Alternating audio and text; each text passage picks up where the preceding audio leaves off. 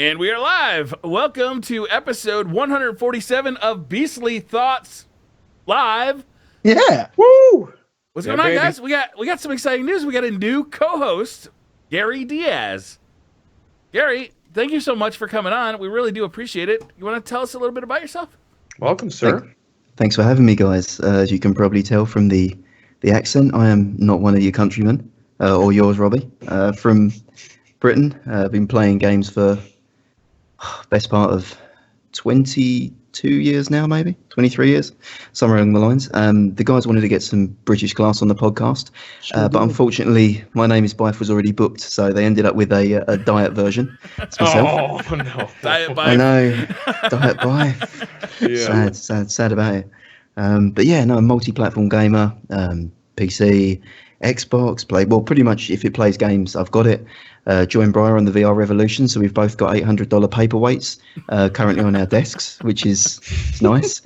Yeah, but it really got into gaming in a big way with MMOs on PC. So I think I've clocked 10,000 hours maybe on World of Warcraft. I'm that nerd.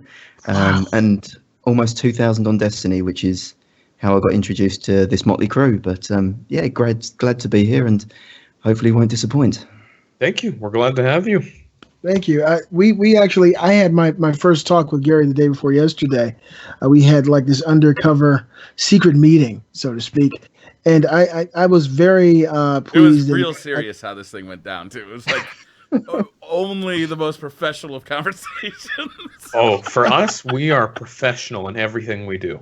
Yes. Yeah, but before I got to actually meet Gary, I told him about some crazy stuff that was happening in my house, and that was kind of his introduction to me and this crazy news that I got Friday.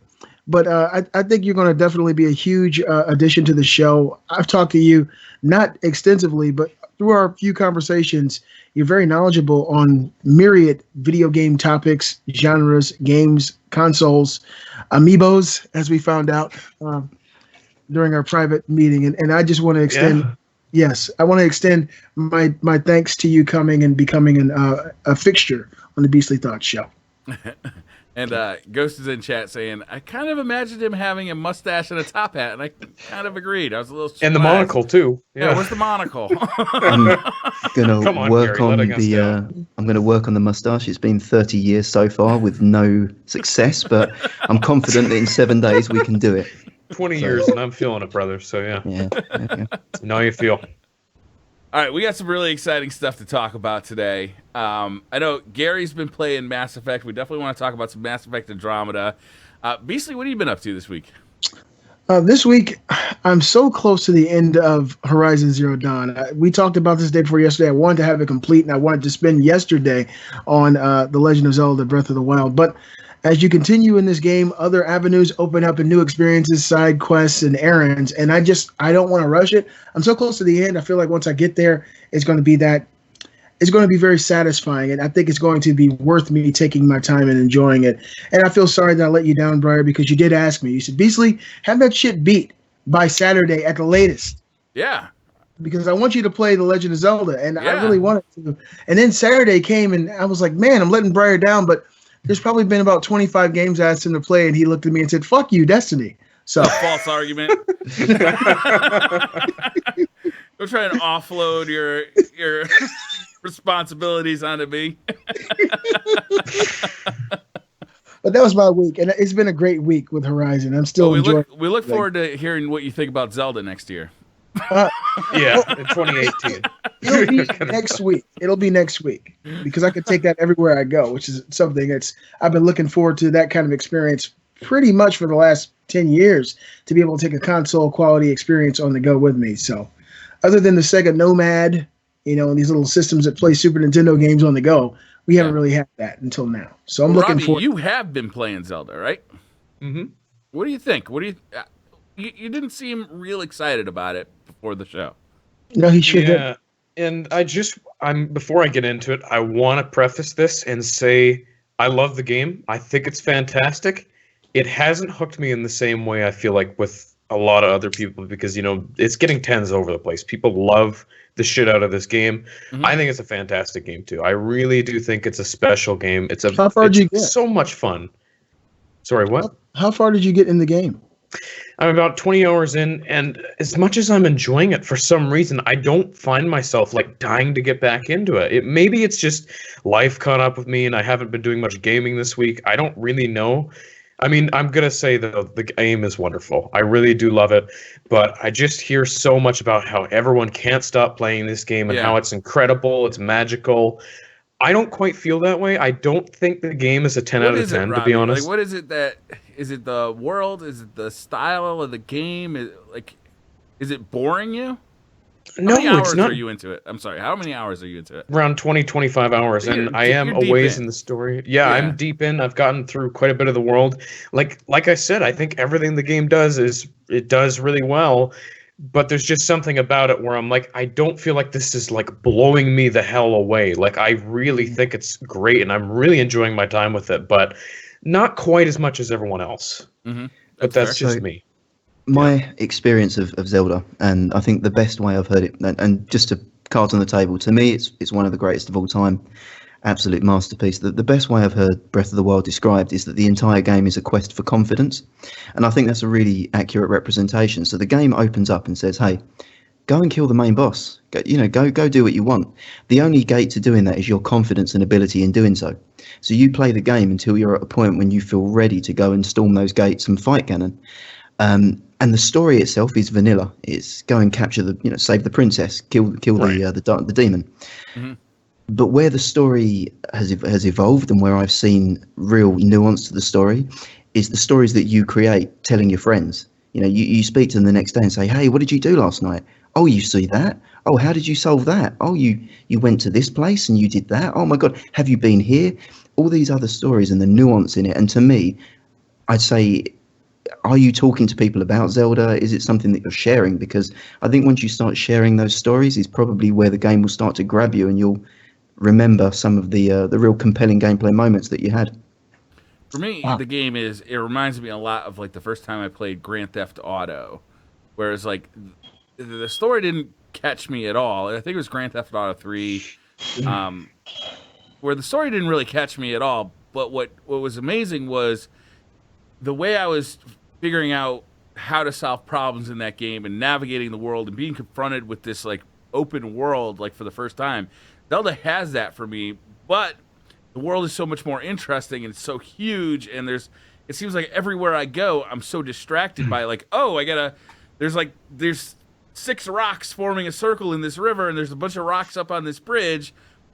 This has got to be something, right? So all of a sudden I start trying to figure out how to do like a basket with these rocks to get them into that hole, and like, well, I can't throw it far enough, so then I'll try and freeze time and smash it and try and get it in there, and like these kind of things just like strewn throughout the world. It just made it so interesting, so interactive to be in there. Like, I'm sorry, I've never played this game, and I haven't done any Let's Plays. I haven't seen anybody play it. You said freeze time. You have those kind of abilities in this game too? Yeah, you have like the first thing you do, or the first couple of things you do, is just go and get all your base abilities like right off the bat, and that kind of teaches you how to play the game like right up front, and gives you just basic abilities, like you can throw bombs, you can freeze time, you can do a bunch of stuff like that. And then it's up to you for the rest of the game to figure out new and inventive ways of using those abilities and sometimes in ways that developers never intended, to just like do all sorts of cool stuff. Wow. Yeah, I mean, the game rewards creativity in a big way, and the examples that Briar gave of those rocks, you're rarely shortchanged. So if you see something that you think is probably going to give you some sort of reward or have some sort of interest, 100% of the time it does. You don't ever get shortchanged. Well, real quick, and I'm sorry, Robbie, you're not feeling this game as much as a lot of people are. And there was an interesting question by Narcissus, who asked, do you think it's been overhyped so much that when you finally... I think it personally has been. Like I said, I really liked the game, but it didn't knock my socks off. Like, it didn't blow me the heck away, because people were just talking about this game like it's the best game ever made, and I see where people are coming from, but it's not that good. Like, it's really good, but it's not, like, unbelievably good. I don't think it is. I couldn't disagree more with Robbie. I can understand that if... not every movie is made for every person. Not every game is going to appeal to every person. Right. But for me, this game is absolutely knocking my socks off. It deserves every accolade. That I'm glad it is. gotten. I'm glad you're enjoying And, it so much. Like, it's without a doubt going to be in the Game of the Year conversations at the end of the year, and it's hard to imagine something topping it. Like, it's hard to imagine. This is where I've come away from this conversation. During our little introduction earlier, well, I guess late last week, when I actually met Gary on our Skype conversation, he said something to me that kind of threw me back a little bit. And I talked to my wife about it afterwards. I said the way that he described this experience, and he was, contrasting the two, Horizon Zero Dawn and The Legend of Zelda Breath of the Wild. And I think he really nailed it, at least from the Horizon perspective that I've seen. It's a very well-crafted narrative that's placed in this beautiful open world. But the way he described The Legend of Zelda is something that I haven't really experienced. And really, he said it transcends all genres, that he feels that this game is important to the gaming ecosystem, kind of the way some of the early Marios and original Zeldas were. He feels like this is kind of turning that whole open world genre on its ear and doing so many things better and new that is going to be looked back. He said for 10, 20, 30 years, people are going to look back at this game, and I haven't played it. And I'm looking forward to it. I'm so close, I promise, to playing it. But the difference of, like, because everybody just came off of Horizon Zero Dawn and went into Zelda, right? Yeah. And Horizon Zero Dawn does open world games very well, and it's got a very compelling story, and the combat is very cool. But then you play Zelda, and it takes a lot of those ideas, throws them out. Like, it's got the towers, like, have been in Assassin's Creed games and now just got adopted by every open world game from here on forth. It's got those, but instead of unveiling like every little minuscule thing on your map, it empowers you as a player to just be in a high spot and look around and find those things yourself. To me, that's way more compelling than just all of a sudden having a map that has so much shit on it that I don't even want to look at it. I definitely agree with it's that. just confusing. Just I checkbox the map. Like tons of open world games have done that. Yeah, Exactly. The revelatory thing for me is that every open world game that's come out in the past 4 to 5 years has tried to put more and more and more into the world. So you open your minimap and you're completely overwhelmed. You think, I don't want to get into this. There's there's stuff everywhere. What's this marker? What's this? What's that? Oh, I've got to run there. Zelda starts off with a completely empty map. You don't even have a map tile. You have nothing at all until you reach a tower and you scan and you find that small segment of the map. And then, as Briar said, it's all investigatory journeys. So you search out with your eyes in the game. You're not using the minimap. The minimap is a subsequent thing that's fed from your in-game discovery. You open the minimap from discoveries made in-game. And to me, it's the way that it's revealed in bite-sized chunks rather than overwhelming you up front is what is that dopamine drip that keeps you exploring and keeps you looking. And it's what's turned me off games like Mass Effect, where, and we'll get into that later, you play the game and then you hit a level and they're like, right, assign your stat IPs and look at the world and here's all the things you can collect and here's it's just too much. It's information overload. It's skill trees and they chock games full of just things to do and things to level up for. I do love that Zelda strips it all away and manages to stay really good. Like, it's really fun though. Yeah. Let's talk. And I'll say it as many times as I have to. I like the game a lot. Like, I really, really do. But it's not. Again, it didn't like blow me the hell away. I cannot say that enough. I still like it a lot. And we respect that opinion, Robbie. Not everybody in China likes rice. Right. So it's totally understandable that certain people are not going to like this game.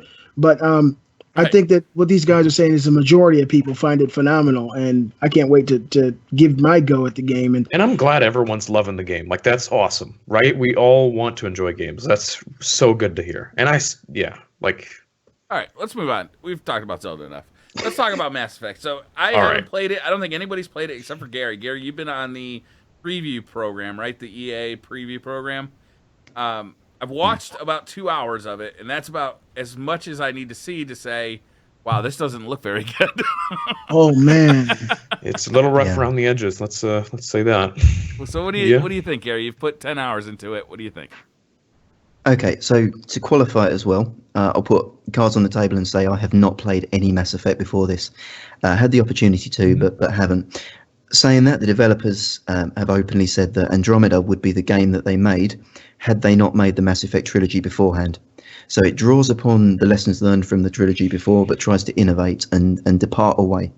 So I don't feel that should be influencing my decision of whether or not it's a good game. Played the early access, so it is a very, very limited. It's not 10 hours solid. You can probably complete the prologue that they give you in around 3 to 4. 10 if you're doing all the side quests and wandering around, and there's unlimited multiplayer. I don't want to be too derogatory of it, because I feel that to judge a game on your first impressions of a training area or prologue would be dismissive, and I think Horizon was a slow burner starter as well, and the story in that game really blew me away once we got into the meat and bones of it. But if I had to, they're putting themselves in this position, right? I mean, they're coming out and saying, here's the first 10 hours, you can play 10 hours. That's supposed to sell a game. Right. I think it's having the opposite effect. So to me, the three things that I've noted down as real concerns or areas for concern on me is that there's nothing compelling me to play it anymore. I'm forcing myself to play it just because I should, because it's got Mass Effect in the title. And I'm told that this is a big game. In the same way that right, you should be playing it, so maybe something will jump off the table to me. Nothing is. The combat, you can tell it's the Frostbite 3 engine. So if anyone here has played Battlefront recently, the level that you get as Darth Vader in the ice cave, where you're sort of throwing your lance and that weird sort of gliding jump that he does, they've introduced that as a movement mechanic. It feels there's no kinesthesia to it. It feels weightless. I feel like I'm just a weightless object moving around the map. Wow. The melee is very loose. You can be 20, 30 degrees off of a target and just whiff where you're punching. Well, no, that's got 180-degree tracking on the Warlock punch. But this is just the combat feels very loose. Fuck you, bro. Yeah. So it doesn't feel tight at all to you, Gary? You feel like it's just not really doing it well? It doesn't feel like Frostbite in the Battlefield sense. It feels like Frostbite in the Battlefront sense, where it's an arcadey base feel. I don't feel like I've got any reticle control that much. I've played it on keyboard and mouse and controller to see if there's a difference. And coming from Destiny, where movement and shooting mechanics are really the standouts of the game, this doesn't feel good. It doesn't feel like a combat system that gets me hooked. And I've heard reviewers praising the combat system. The other area, or the last area that I wanted to talk about is I don't want to talk about facial animation because I feel that that's beating a dead horse, and that's being everyone knows it is about notable. That, yeah. I mean, it's like, wow. But the lines of dialogue to me, now the developer made a point of saying this game has got more spoken dialogue than all three of the other Mass Effects put together, and you can tell because they have hired script writers in bulk and people to write some terrible. I made a note of a line here, which is that there's a class or a role called a Pathfinder, which is one of the first characters you encounter in the game. You're trying to aspire to be a Pathfinder, and they actually did the line, to be a Pathfinder, you first got to find a path. And to me, it's cheesy dialogue like that, and things like my face is tired. It's just things of that nature that you see. My face is tired. I remember that one. Oh, geez, that's bad. Yeah. She says, I can't talk anymore. My face is tired. And her face is like stiff, too. Her face has no emotion whatsoever. So to me, maybe there's a compelling story somewhere down the line, but you have to wade through mountains that of is the rumor, inane right? side quest. Maybe. The embargoes aren't up yet, so the full reviews aren't up yet. But the rumor is that, yeah, it's a slow starter, but the story does get going. But if the dialogue is boring, it's all voice acted, right? There's no reading? Yeah, it's all voice acted. So they've paid for... You can tell the quality of when someone's a side quest character and when someone's a main character. The side guys... Like in Horizon, okay. They've dialed it in. And the same as well. If you customize your character's face to get... Which is god-awful, don't do it. Please don't do it. You end up with a potato with strange features. Doing it. I always wanted to be a potato, though. What's wrong with that? It's a massive step. If you use the stock character, the facial animations aren't bad. But for everyone else in the game or anything that's customized, you look like a strange android-like sex doll. It's really not good. I've never seen one of those. That would be awesome. I don't know if you guys remember when we first got the reveal for Andromeda. We did the show, and during the show, I told you guys that one thing from the trailer that turned me off was the cheesy dialogue, just in that trailer. I said it felt cheesy to me. Do you guys remember? And it seems like that's something that's permeating through the game, and that's something I can't really get behind. Mass Effect has been all about the story, right? All story, yeah. Like it's never rested on its combat. They got better at combat, I feel like, over time. Oh yeah. Like in Mass Effect 1, it was a little shaky. But it's the story. It's this awesome, huge universe. It's these really interesting characters. It's your crew. It's these missions where you go just to earn loyalty with your crew and to find out more about your crew. It's, love affairs with crew members. It's, it's Star Trek. It's very Star Trek in that way, where it's all about the stories. It's all about the interactions with the different characters. It's never really been about the combat. But if the combat's not fun, that's a bummer. Yeah. And if the story isn't told in a compelling way, even if it's a good story, that could really throw a especially for Mass Effect when people have those expectations, right? Like they really need to deliver on this. It's a new studio as well. That's very important for them. And these early signs just are very worrying. Like I'm definitely concerned, and we all should be, but it's good to temper those expectations, like if we're getting reports that, maybe it's not going to be so good, it's good to get it out there and so people know, and, just so we don't get too excited. I gotta say, I watched 2 hours of it, and I gotta say, the facial animations do detract from the game. Like, they're worse. Noticeable. Awkward. Like it just it draws you away from what they're saying to just be like focusing on like that looks so weird. Well, yeah, like what the hell? It's not just the faces as well; it's the character movement animations. Yeah. So during the cutscenes, you've probably all seen the meme of the weird little funny legs and the Vince McMahon sort of swagger walk. You get it's really you think this is meant to be impactful. So the woman in question in that, again, no story spoiler. She says something that's quite deep and talking about something that has been a recent personal tragedy, and then just sort of strolls off as if it's just completely takes you out of the immersion. This is the risk, right? Putting out a 10-hour demo of a game, that's a major risk, and if it goes badly, you can cost yourself.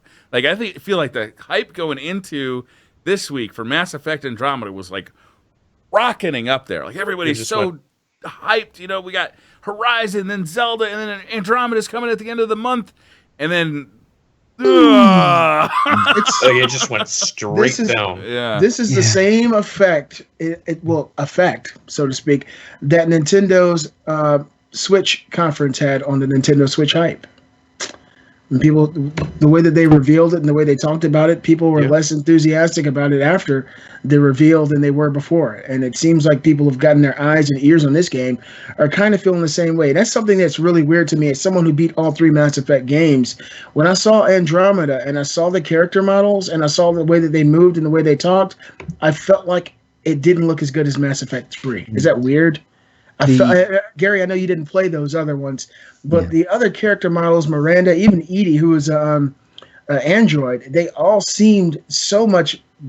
They were presented in a much better fashion. They looked better. They looked more realistic, and these characters to me just look super generic. They look like generics, and maybe I'm not the only one who feels that way. It sounds like that's kind of the consensus for people who've seen the game, and that's really not a good thing for a game like Mass Effect. I feel like they got the online co-op, the multiplayer right. I feel like that's kind of fun. Feels very much like it's a horde mode wave-based multiplayer. You may have seen it, Briar, and have some comments on that. Feels like Prison of Elders almost, with a little bit more dynamism in character movement. So that's something. But then I've heard, I don't know this, so I can't comment there, but I've heard that the networking feels a little bit wonky in that as well. I don't know if it's peer-to-peer or dedicated. There were some red bars in my lobby. It's early access, so difficult to comment. Hopefully, here's what I'm hoping with this game is that it comes out, it gets a good enough reception that they patch it. Right. Then, this summer, it's all patched up and looking good, and then it's time to play it. It's a big ass patch to fix all the voice acting in the game, though. That is a big patch. Yeah. Yeah.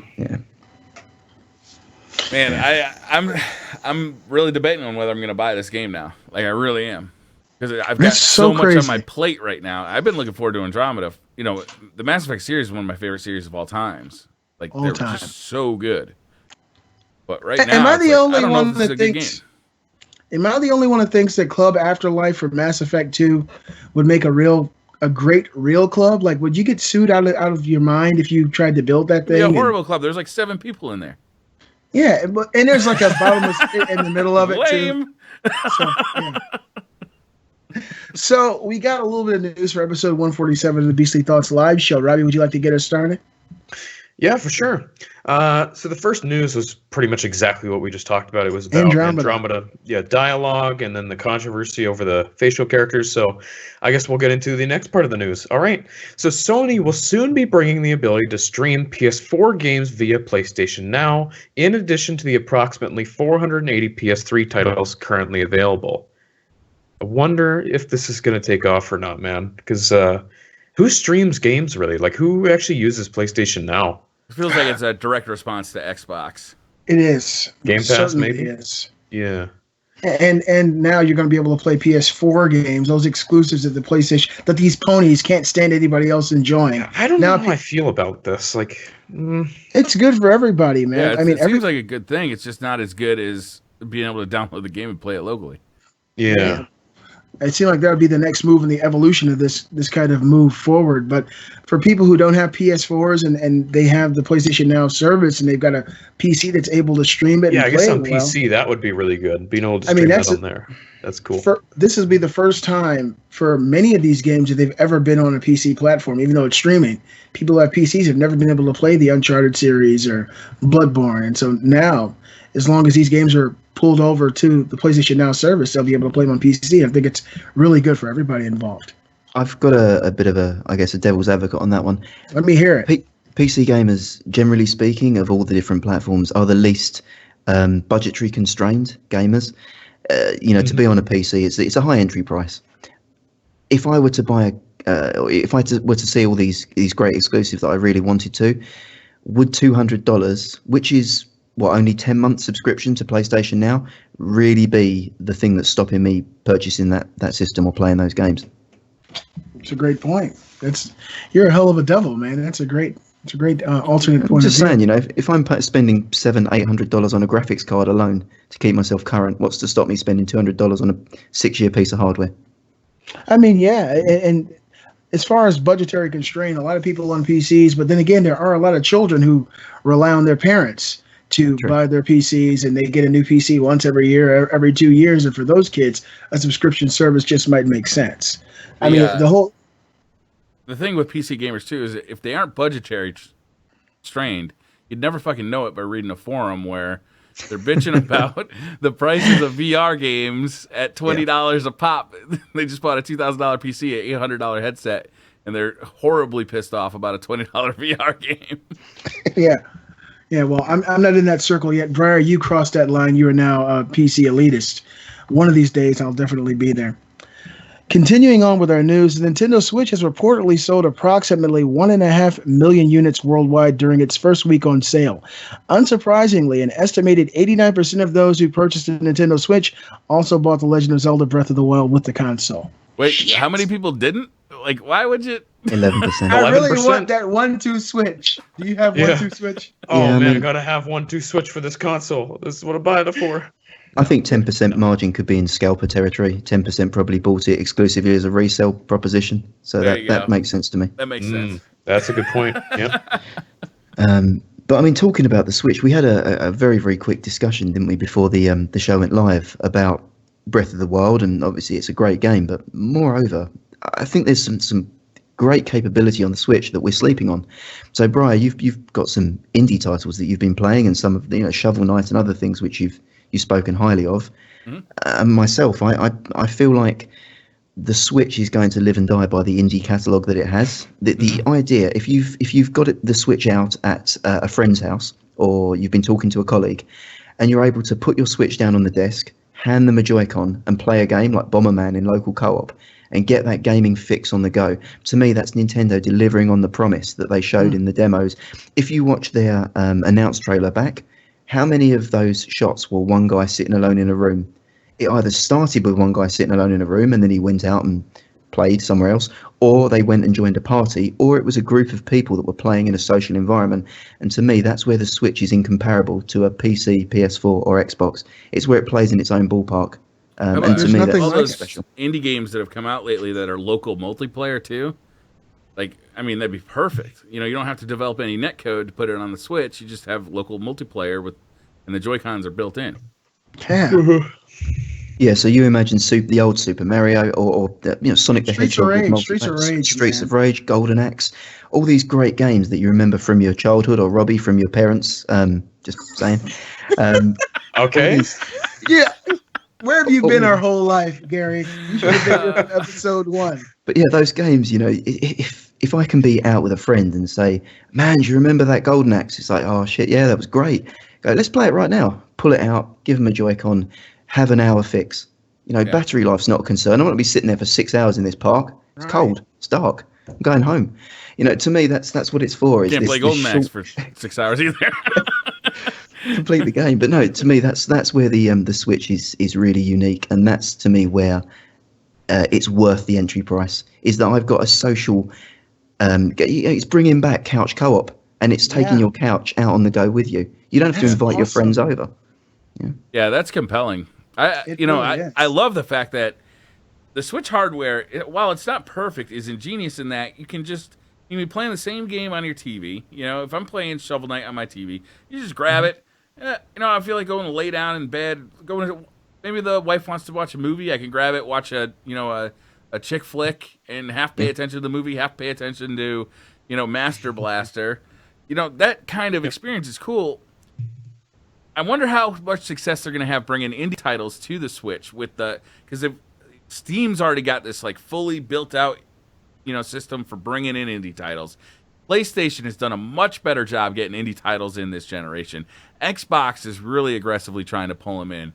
So Nintendo, with a very different architecture to develop for, a very different operating system, and very little in the way of like support on the platform for anything. I mean, you look at the platform; it's basically empty right now. There's nothing on it, right? There's like 8 games in the store, and that's it.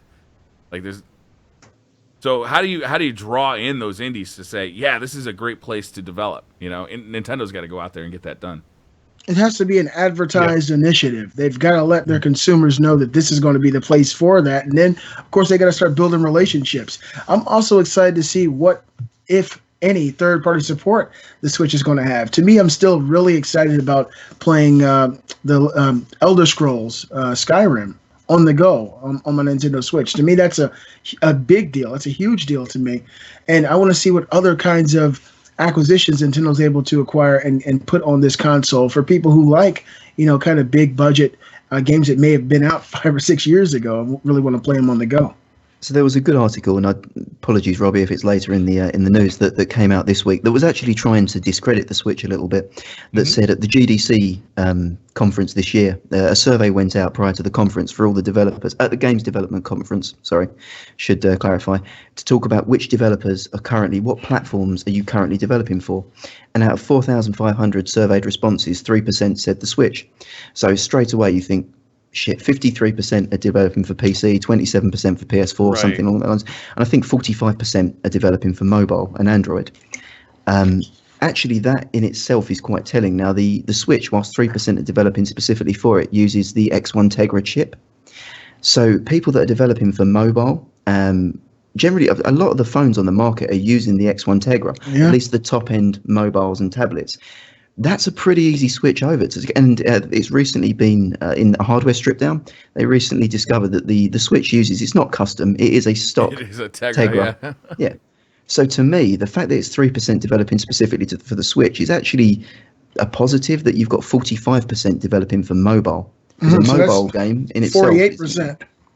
If all I get those mobile games, I'm never going to play them. I don't play them on my phone. I'm not going to play them on the Switch either. No, I hear you. But it's at least telling that there's people out there with the experience and skill set to code for mobile and the Tegra chip. Mm-hmm. And that technology and those type of games can just easily be ported right to the Switch if they would be, I guess, received well on actual tangible console versus some touchscreen or phone type of experience. I can't stand playing games on my phones. There's usually 1 or 2 games per year that I'll play. There are some fun phone games out there. Hey, you just said The Legend of ones. Zelda wasn't good. You're not allowed to talk about this anymore. Your opinion is. When did I say it wasn't good? Well, I didn't say that. We're gonna have to play back the tape. Yeah. I got a Watch course the in slow-mo.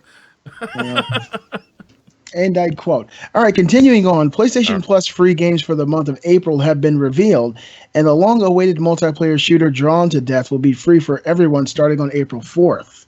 That game looks so cool. I'm so glad it's finally coming out. Like, that was announced Is at... David Jaffe? Is he the one making this? Yeah, David Jaffe's studio. This is like the multiplayer shooter and like the setting the kids like drawing kind of. So it's like all these paper drawings. It looks really cool though. It's a really cool idea. And it's gonna be free, so fuck it. Yeah, I'm excited to play this. We should all get down on this. Hopefully awesome. this is like this year's Rocket League. Right? Rocket League. Yeah, that'd be awesome. That's what I was thinking. And Rocket League set that precedent. And before Rocket League, the idea of releasing a game brand new on PlayStation Plus was kind of like the death rattle. I mean, it was usually a bad thing, but now it's not seen that way, especially if you have something exciting. And I think Rocket League did it right. There's other games that have been touting that Rocket League type of experience, but I've yet to see any PlayStation Plus, Xbox Live Games with Gold experience that has had that same pedigree or that same type of gravitation for gamers yet. So we'll see if Drawn to Death has it. Heard a lot of mixed things about this game. Heard many people say it was a really bad idea to put it out there for free. So we'll see what happens. Well, the key is the way they monetized it after the fact, too, right? Not only it got them a ton of press, so once it wasn't free anymore, people kept buying it. People were buying it the whole time on PC, and they could play with PS4 players. But then they also started selling DLC in small bite-sized chunks, which was really smart. So they were monetizing all the people who got it for free. That launch. It was a big deal. Really did. It was a big deal. It was a fun game, though. I mean, it still is. Very fun. It's still one of the great. I mean, I don't know if we can call it a sports game or a racing kart type of game, but it's still, to me, it sits at the top of that hill by itself. There's really nothing out there to me that's quite as fun. Talking about DLC, this is more of the quick one-off question just for Briar there. We didn't cover it off in the Zelda piece, but how are you feeling now about the expansion pass for Zelda? Because a lot of people were negative going in, but now having played and potentially almost completed the game, what's your feeling towards DLC on Zelda? I mean, I certainly don't feel like I'm getting undervalued on the $60 purchase price. So if they, if they bring out, it's $20 for a season pass. Am I wrong? And there's going to be 2 updates. Yeah. It's $20. relatively cheap. So yeah, that's not too bad. I mean, if I felt like, it was stuff that had been taken out of the game that should have been in the game for 60, I might feel differently. But I mean, this thing is content galore. I'm looking forward to whatever they put in there. A hard mode, whatever. Quick question, guys. I believe you said you're 120 hours already, Gary, into The Legend of Zelda. Briar, how many hours have you put in, and do you guys feel like there's still lots of stuff to do? Oh, yeah. I'm only like, I'd be stretching it to say 20 hours. You can get tons of hours out of this game. Like, there's just so much to it, even beyond what it initially seems. I could definitely tell that. Sure. So Robbie, are you a Zelda fan? I mean, have you ever been like a real fan of Zelda? Am I a real Zelda fan? Like, you're a real Final Fantasy fan? Yeah, exactly, Robbie. Well, that's the thing. I mean, Beastly, if you play Zelda half as much as you played Final Fantasy 15, then you're going to have a lot to talk about next week. Oh, man, I can't wait. Have you really booted that game up yet, Beastly? Final Fantasy? No, I haven't even started. Oh, for God's sakes, Beastly. Real fan. Wow. You know who's disappointing you right now, Beastly? Who? You are. You are. Damn it, you bastards just turned my whole joke around on me. Let's just stay with the topic of DLC. Horizon Zero Dawn has sold more than 2.6 million copies worldwide, becoming the best-selling IP ever on PS4. In addition, Guerrilla Games director Herman Hulse also confirmed that new story DLC for Horizon is on the way. I feel the exact same way that you just stated, Briar. For $60, this game was worth it just on every aspect of the game. The gameplay, the world, there's so much to do and explore. And I honestly feel like even after I beat the game, I can still linger around just to piss you guys off, but I'm not. After beating that game, I can't imagine what that DLC is going to be, though. Like, what could happen in that world that I care about now? Because we like. I haven't beat it yet, so I mean I don't know exactly how it ends and if they just wrap it up neatly with a nice pretty bow. But Pretty wrapped up, man. Yeah. Really? To me, spoil it, Brian, yeah. did you? And this is not spoilery at all, but did you watch the post credits, or are you talking about Yeah, I just did. where the game? Yeah. So to me, the post credits, if you cut that entire scene out and just left it as where the game ended, pre-credits, you had a neat tied up bow. To me, that felt like Killzone was a great franchise for us. We've just created something which is printing money. We need to put something in that lets us do sequel after sequel after sequel, and I think the game doesn't need that. So let me get this right. There's a post-credit scene that kind of opens up the door for additional games. Gary, that's what you're Can we saying? not spoil it? He's not spoiling it. I'm not. I'm just saying, in the same way you go to a Marvel movie and you get a post-credit scene, there is a post-credit scene. Yeah, there is. Okay, yeah. So is that what you're talking about as far as DLC? Do you think that will allow the DLC to persist, or do you think that's going forward with the next Horizon game? I'll let you address that one, Briar and Robbie. It could go either way. I don't have any insight into what they're gonna do. They could easily do. They could do more with the current characters. They could do a side story with different characters. I think they really want to stick with Aloy, though, right? Yeah, man, she's fucking. Yeah, badass. maybe in something along that timeline, maybe they could fill in. Like who no knows? I other story don't they know. could tell in that world is gonna be as interesting as the one they just told. That's the Because they problem. made a really It was a interesting really story, cool yeah. Even this, like, there was like this central pillar of story that I was so fascinated by. Anytime it deviated at all from that, I just wanted to get back to that main story. Like I talked earlier, there's this whole like royal family kind of. It was called a main quest, but man, I could not get interested in it at all. All I want to do is get it done with and out of the way, so I can get back to the main story. Oh, you're talking about over at the estate and stuff? Yeah. Okay. Yeah. Well, no, in Meridian, in the big city with the king. Oh, okay. I think that Aloy is an incredible character. She's extremely lucky. You know, me, I'm a realist. I don't know how she can jump off so many cliffs, turn around, and lasso that. You think at some point in time she's going to miss. Right? Yeah. Yeah. It did look cool, though. It sure does. It looked just as cool like the 30th time you did it, too. It sure does. Yeah. It changed that angle. I think that with Horizon, if you do make subsequent stories and subsequent DLCs, I think you run the danger of damaging the brand. To me, what makes that game, the combat's perfectly functional. It's good. It works. To me, what kept me playing that game was not shooting the dinosaurs. To me, what kept me playing the game was the story. And I've satisfied myself with that story. I've had a bookend to it. Unless the next story is as compelling, it's difficult to catch lightning twice. So that would be my reservation. What you end up with is a Matrix 2. Yeah. Or what is the third one called? Revelations, is it? Yeah. Matrix 3, I believe is what you're looking for here. Possibly. Possibly. All right, so here we go again, guys. Speaking of lightning striking twice, February's NPD results have revealed that the PS4 was the best-selling console for the month, and For Honor was the best-selling overall title.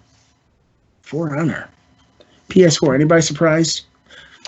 No, not really, because I think there was a short window last year where the Xbox One S came out, and there were things about Project Scorpio that started to sell better. But as soon as PS4 Pro was out, it's pretty much just been Sony again, you know, because a lot of people have a PS4, and so their friends want to get one, and I think it just snowballs from there. Like, I think so many people own it that they want to get it to play with friends, and it just keeps going. Quick so I'm not question. surprised by that. Do you guys think that this month's NPD will result in possibly Nintendo outselling the PlayStation 4? In March? Yeah, definitely. Wow. Yes. I can't imagine that not happening. Brand new console launch? Boy, Maybe. I'd major say maybe, problem. to be honest. I don't know. How many units is PlayStation selling a month? It's still selling very well. They're selling It's not well. selling 3.5 million a month, I is mean, it? the PlayStation, whilst it's not a new console, Brian, you will have the launch of Horizon dovetailing with the PS4 Pro, and the Pro is wrapped into the PS4 sales. A lot of people bought the Pro for Horizon, so. But a brand new console launch is like, you know, Yeah. you do big numbers. Well, and you got to take into account that the Switch sold 1.5 million in its first week. Yeah. Good. It's pretty phenomenal. Like, is PlayStation breaking 1 million consoles a month? I don't think I so. wouldn't thought so. The That growth would be- rate hasn't They're been that probably much. Fucking very- impressive. Oh, they if they definitely were. are, yeah. They're probably close. I mean, where are they at? 60 million sold? The last time we It's a heard big about number, this. yeah. Global. Yeah, it's something like that. Yeah. So I mean, we're looking at 4 years or potentially 4, and how many months is that? So yeah. And then also, just before we move on to this, let's also talk about For Honor a bit. Gary, you mentioned to me, and this is very important, that For Honor recently had new micro DLC just announced. Basically, there's a new character animation for each character, and people on like Reddit or N4G basically found out how much real money you would have to actually spend to earn all the things, and it's ridiculous. It's something close to about $800. To earn $800. Yeah. So, Briar, Yep. you know a game's in trouble when it starts selling emotes and dances for real money. So, I mean, just putting that aside for 1 minute. Hey, on a more serious note, burn. the For Honor, someone on Reddit has gone on and said that we've done the calculations. It's not random loot boxes. You buy the item that you want, so it's a transactional thing. It's not just randomized chance. That. So it's that. If you wanted every unlockable on every single character purchased with in-game currency, so doing all the things that Robbie you spoke around, the bounties, the dailies, playing 3 hours a day, you'd have to spend 2.5 years to do it. So that's one thing there. 3 hours a day, every day, 2.5 years. If you wanted the financial side, it's worked out to just under $750. All right, so on top of the $60 price. You come out with this shocking dollar amount, but then it's followed up by, actually, you can get all this stuff by plan.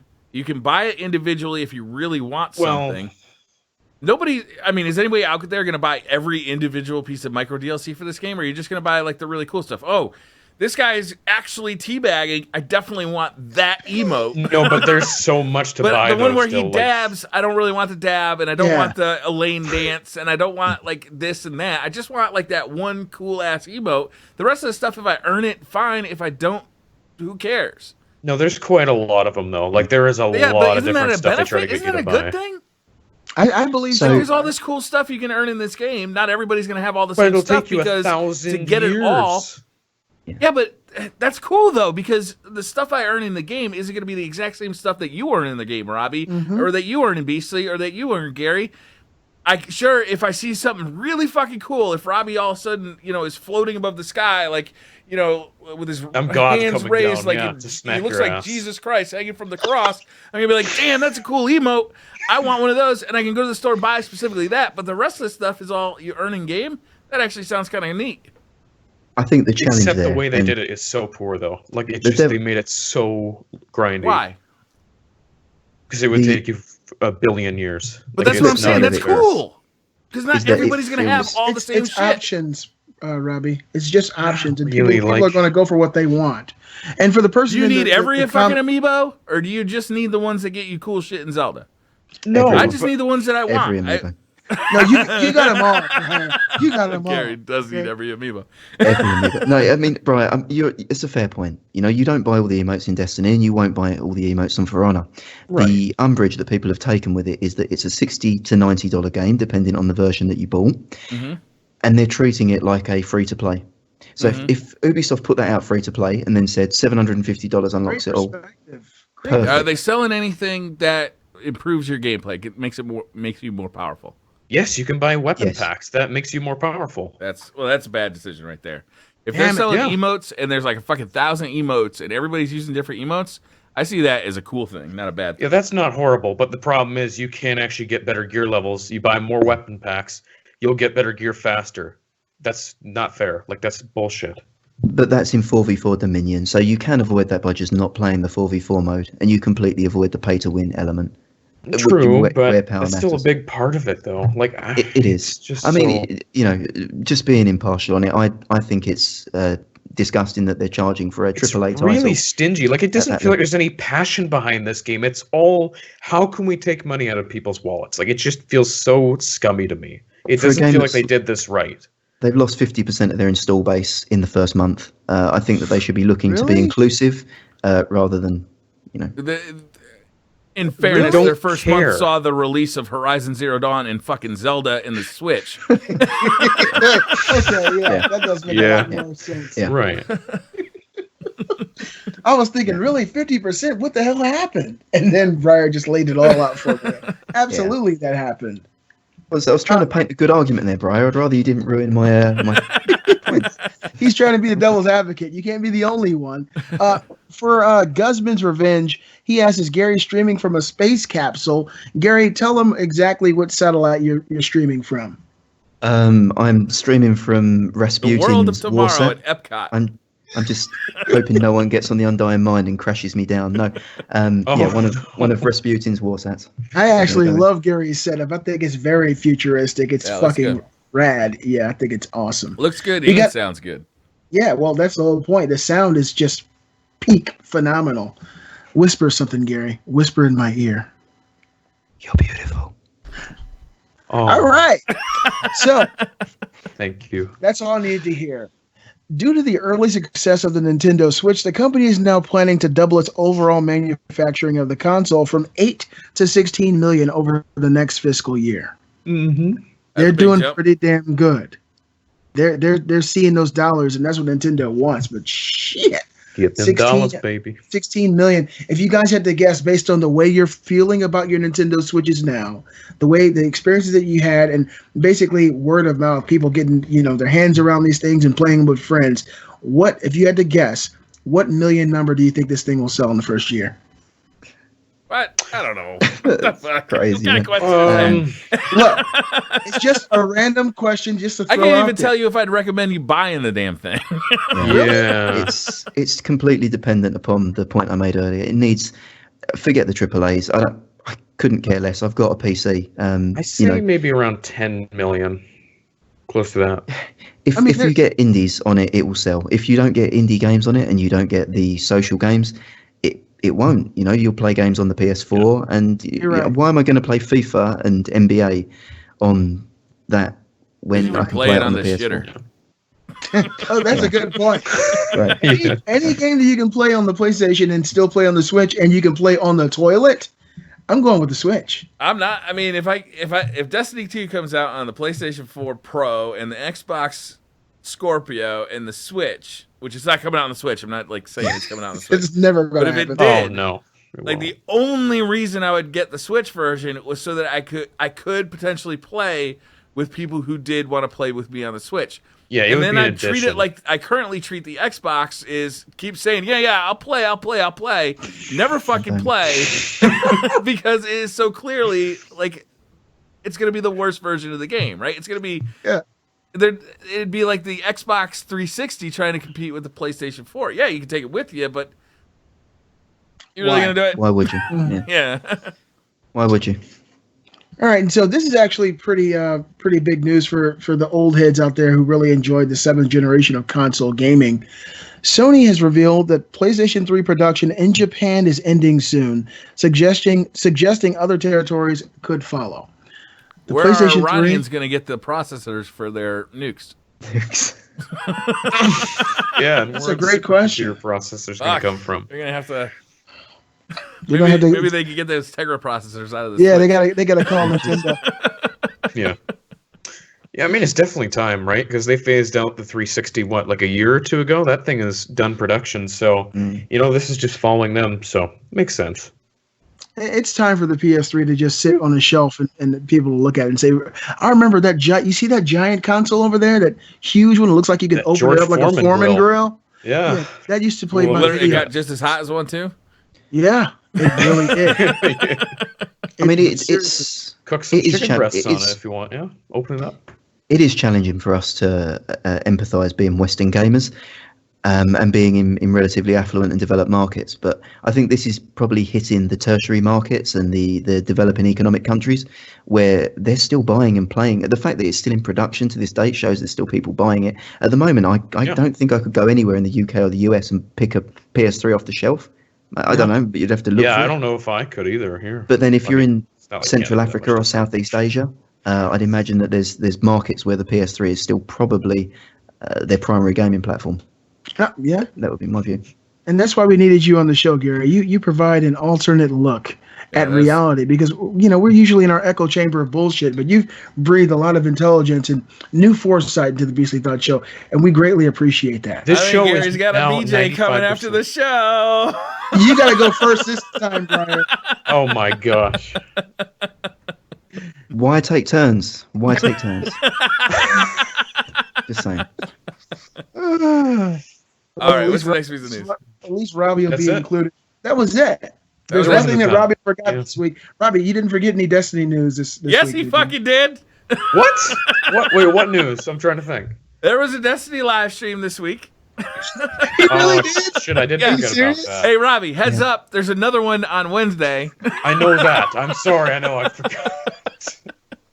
I'm going to be replaced now. This is it. So Goodbye. Bungie's actually doing some cool stuff with Destiny. They're changing the way we play Destiny on a weekly basis. They're adding raids to the weekly director so that like your raids with the challenge mode, they're bringing all 4 raids back. Obviously, we talked about that last week, but they're putting the raids down in the director so that they're part of your weekly event.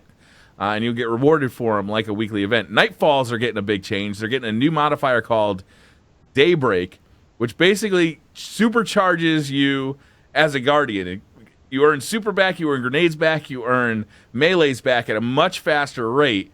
That's a modifier, though. It's going to be in the Nightfall once every 4 weeks until the end of summer, and then it'll just kind of last until Destiny 2 comes out. What else was in there? They're adding story missions, basically a story mission playlist that's got a higher light level, and it's got modifiers like a Nightfall would. So the theory is you'd load into it like a strike playlist, and you'll just play story missions kind of in a row over and over again, and you'll get rewarded in those story missions with the new Age of Triumph packages, legendary marks. But they'll be a little more interesting because they'll have Nightfall type modifiers too, which is fun. They're also pulling back a little bit on how many PvP events there are. There's going to be 1 weekly event instead of a daily and a weekly. And instead of having 12 playlists total, there's going to be 6 playlists to hopefully consolidate the player base and get better matchmaking. Yeah. So that point there, Briar, around the playlist is it was a light stream. It was a very lean stream. I think they stretched it to 45 minutes, talking real slow, right? real slow conversation. Yeah. But to me, actually, that was the takeaway, and I think it didn't come in the stream. I think it came in a Reddit post, didn't it? Was that right? Yeah. So you may remember I did some sort of masochistic job where I went through 400 Crucible games and recorded the locations of everyone that I played, just to get it. So I had about 4,000 people's location. And catalogued if it was a featured playlist or not. So was I playing something that was local people, or was it something that other people are going to be picking off the director? And it turns out that if you play the featured playlists, the ones that are on the director, you're 20% more likely to play someone in your continent. Right, which makes sense because it's featured. Exactly. More So people it's the playing. fact that more people are playing it. So that to me showed that the reason you're getting matched with Southeast Asia again, the guys playing on their PS3s, is because it's just the population is so thinly spread. So to me, putting 6 playlists down, I think we're going to see a significant improvement in quality connection in the Crucible, which impacts players across the board. Right. You'd expect anytime anything's taken away from a Destiny player, people get really upset. But the reaction to this has been pretty minimally negative, right? Mostly positive. In that people realize that, I'm going to be sorry that I can't go and play Rumble every day, but hopefully my Rumble experience when I do play is going to be much improved. And skill-based matchmaking, I think you're going to have a greater pool to choose from. Yeah. We're not going to beat that horse to death again, but the fact is that at the top end, if you are either the lowest extreme or the highest extreme, you are playing the same people day in, day out. And I think that anything that can address those gamuts, the high skill and the low skill, great. I'm on board for. Yeah. But yeah, That's refreshing. Robbie, Destiny fucking news. Take that. I fucking suck. I'm sorry. Okay, I'm just gonna.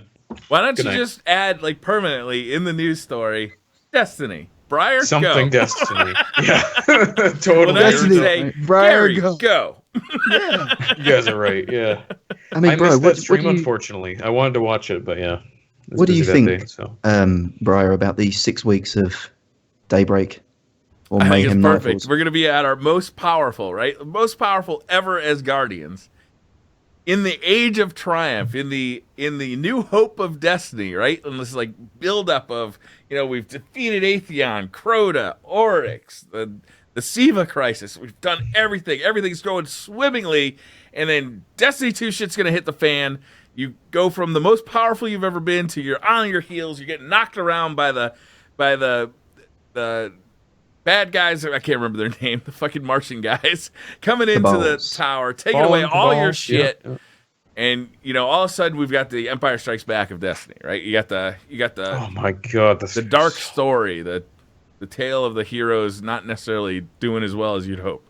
Yeah, darkness falls. You got to regain the light. And do you think that the 6 weeks is significant to the release of Destiny 2? Because I know that's been speculated. That's been speculated. I don't know. Maybe not.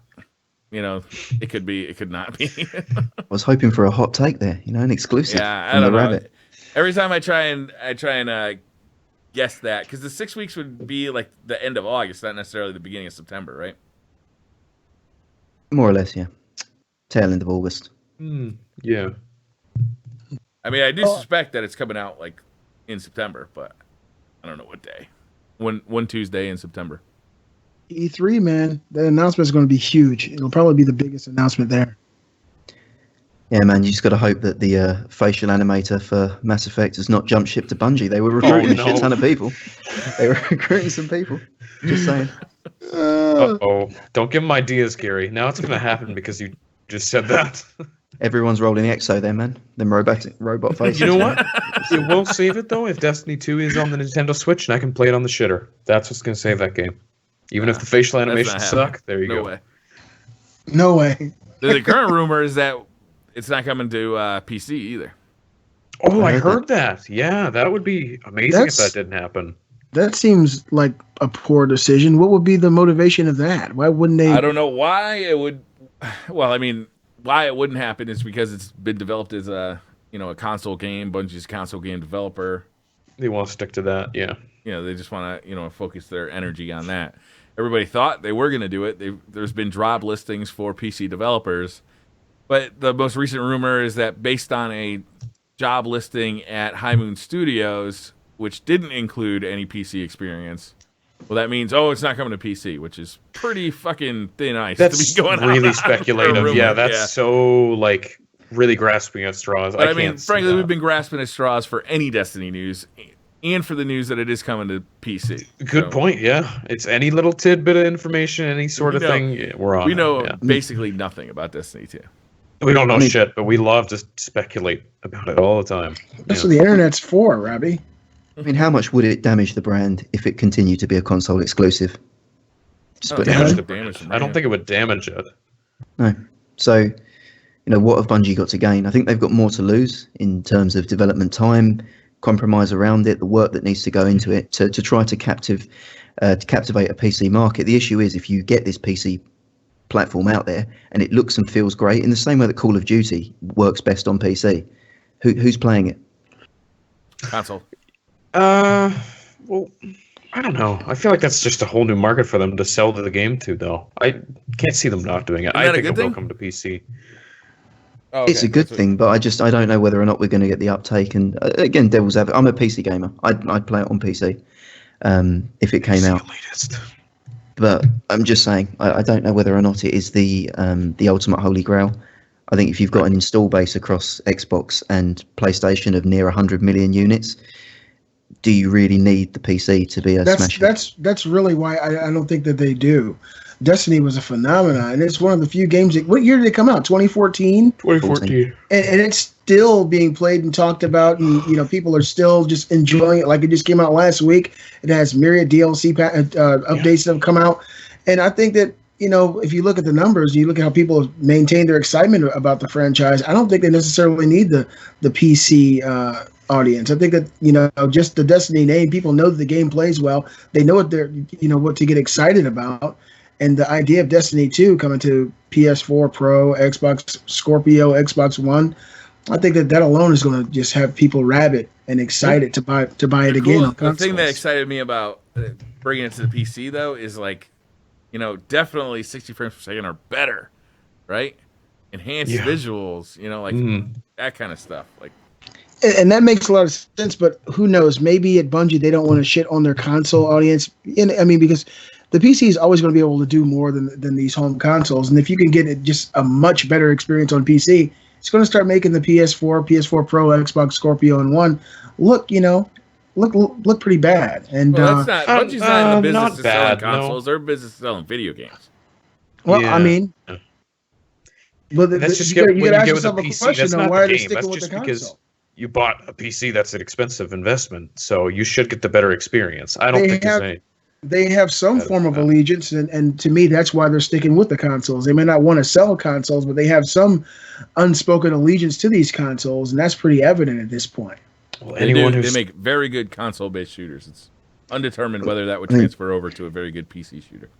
Yeah. You've got to think as well that Bungie are going to be making Destiny for the lowest common denominator.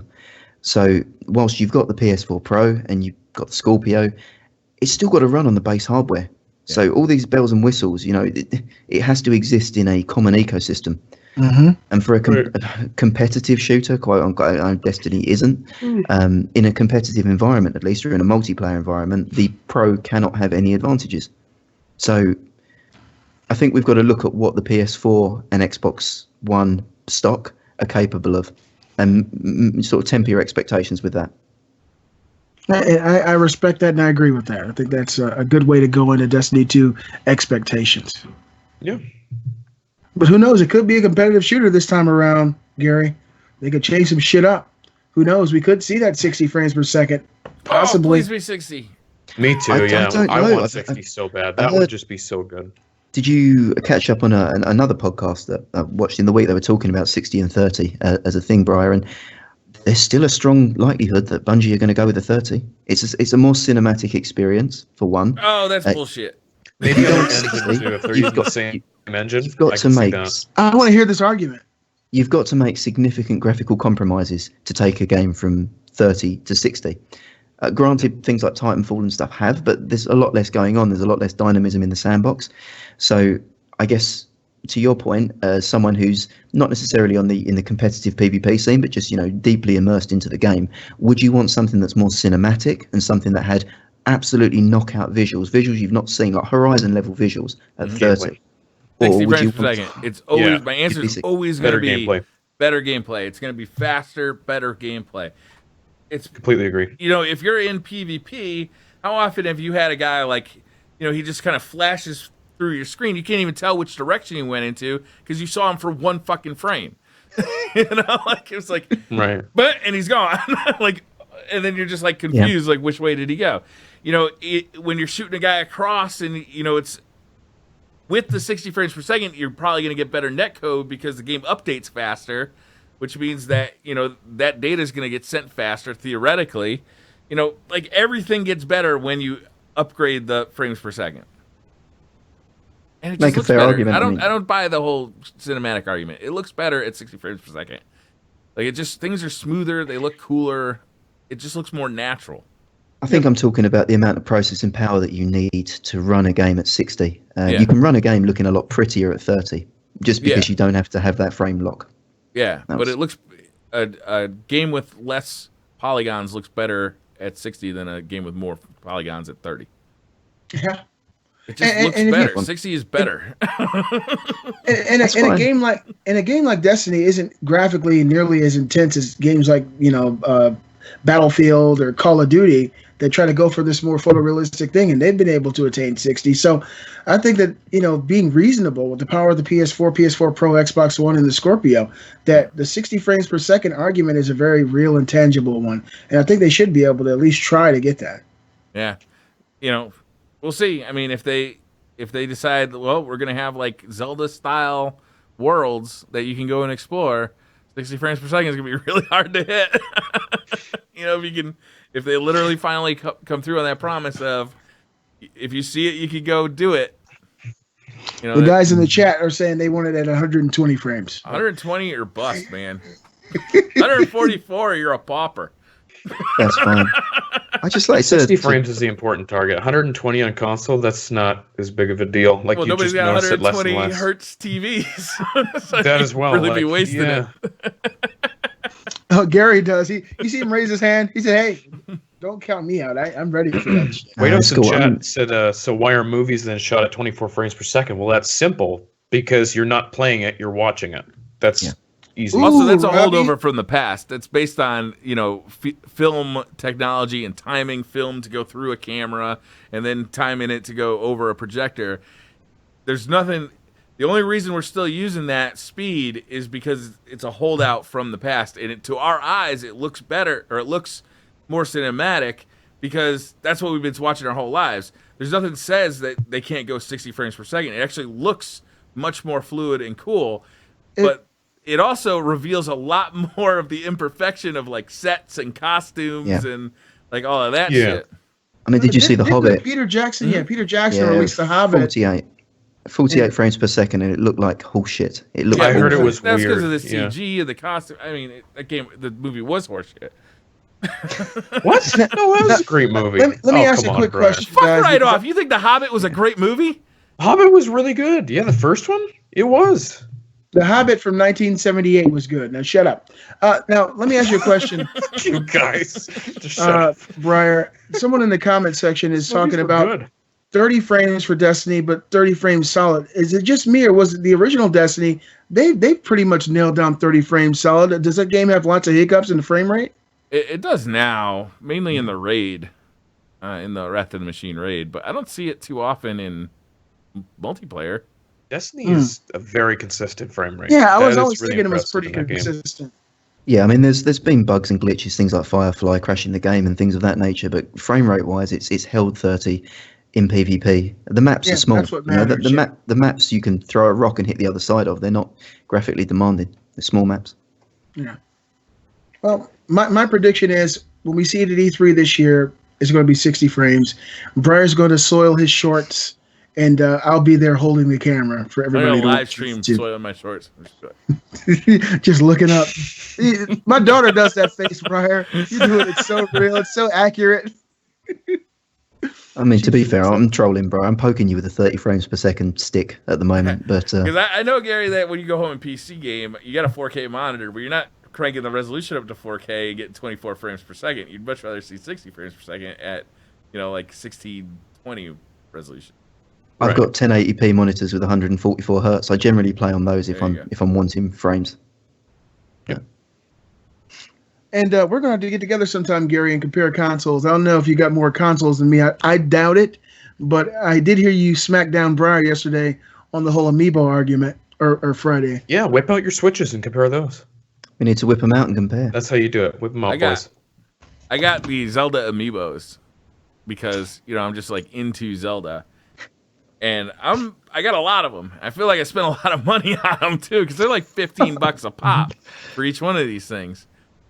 And Gary told me that he has every amiibo ever made. Are you serious? Yeah. Well, everything that's been released in the UK. Are you fucking kidding me? Jesus Christ, man. It's his wife, yeah. She buys all that stuff. My wife is fucking slipping.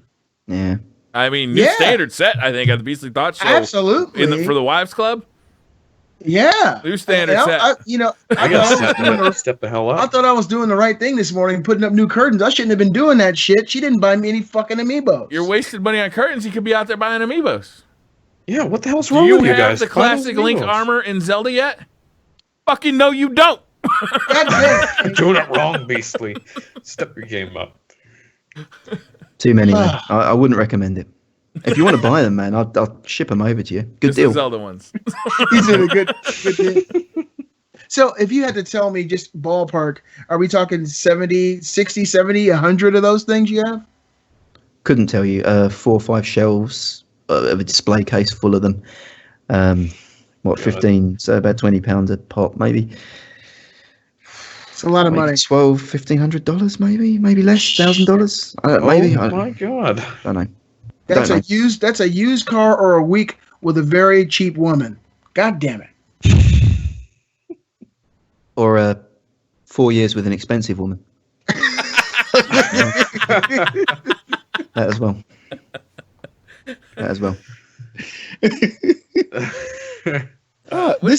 I actually wanted to ask you guys, what do you guys think about the amiibos in Zelda? Like, they are pay to win, right? No, not at all. You don't think they're pay to win? So Zelda, getting back on the serious note of He it. got it in we- his hands. Single player game. It's a good amiibo. We went across. We've spoken about this offline, but just to reiterate for the benefit of the viewers, Zelda's got a really inverse difficulty curve.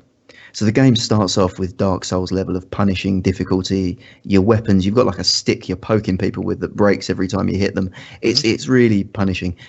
I think the issue with Zelda is that the enemies are static. Their levels never increase. So you fight an enemy at the top of a mountain. He's the same difficulty he's always going to be. He's never going to change. You, on the other hand, get better abilities, power, more hearts, more stamina. You become the power creep in the game is really noticeable. So I'm walking around like a shiny golden god. At the point that I'm at now, nothing challenges me. Nothing challenges me. There's no difficulty in the game whatsoever. And the amiibos being pay to win, it helps out for the first 20, 30 hours. After that, the crap you're getting out of those boxes is not worth my time smashing. Because the stuff that I'm using is infinitely better than any of it. And at the beginning, it feels good because you need those arrows, you need those rupees. Yeah. There's a chance you can get the classic Link armor, which is awesome. Which is inferior to every other bit of armor. Even if you rank it up, except that it's green, Gary. It's green. But the problem green. is as well it's not going into spoilers but specifics, but the armor, they've introduced set armors into the game that do a thing for you. Yeah. So it's very prescriptive. If you want to do this activity, you should wear this armor because this armor gives you the benefit for that activity. Yeah. So if you want to climb a mountain in the heat, you should wear this woman's outfit. You should dress in drag, of course. Right. The obvious answer. Yeah. But yeah, again, So stupid. that's getting into the intricacies of the game. But yeah, there's that's my biggest critique of the game is that there's an inverse difficulty curve. And the problem is that where the game doesn't tell you that you're going to become this strong, you plow through the content thinking, holy shit, this game's beating my ass. I need to get stronger. And then you get stronger and you think, oh crap, I'm too strong. And there's no way to go back. You're strong.